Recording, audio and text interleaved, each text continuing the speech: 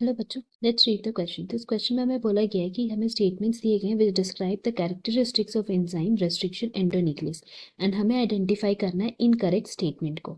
सो इस क्वेश्चन की अगर हम की कॉन्सेप्ट के बारे में बात करते हैं then it will be restriction endonuclease.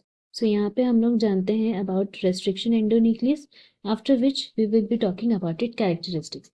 सो अगर हम बात करते हैं रेस्ट्रिक्शन एंडोन्यूक्लियस की, देन हम लोग बोल सकते हैं it is a type of restriction enzymes.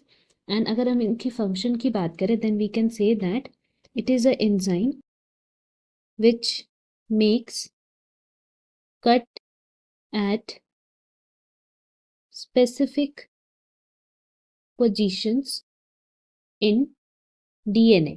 And ये स्पेसिफिक पोजीशन क्या होता है? They are basically the restriction sites which are recognized by various restriction enzymes।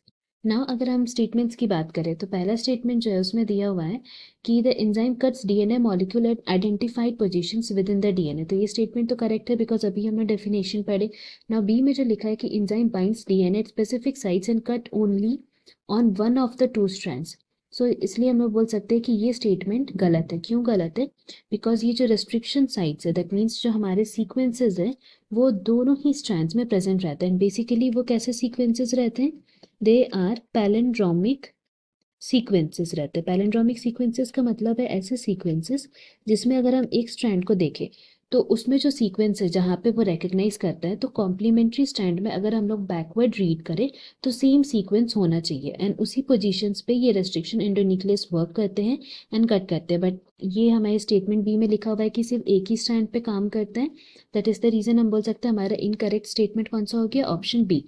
Now see में जो लिखा हुआ है कि enzyme cuts the sugar phosphate backbone eight specific sites on each strand. तो हम लोग जानते हैं कि हमारा पूरा डीएनए बैकबोन जो है वो शुगर फॉस्फेट पे डिपेंडेंट है, उनके बॉन्ड्स पे। सो इसीलिए दैट इज द रीजन जो हमें कट्स करने पड़ते हैं वो इनके बैकबोन जो है शुगर फॉस्फेट बॉन्ड्स को ही तोड़ने पड़ते हैं। So option C is correct, मतलब वो करेक्ट स्टेटमेंट है। नाउ डी में जो लिखा हुआ है कि enzyme recognizes a specific palindromic nucleotide sequence in the DNA. तो अभी हम लोग पढ़े थे पैलिंड्रोमिक सीक्वेंसेस के बारे। दैट मीन्स जो स्टेटमेंट डी है वो भी करेक्ट स्टेटमेंट है। दैट इज द रीजन हम लोग बोल सकते हैं incorrect statement and correct option कौन सा हो जाएगा? Option B. Hope you have understood it well. Best of luck. Thank you.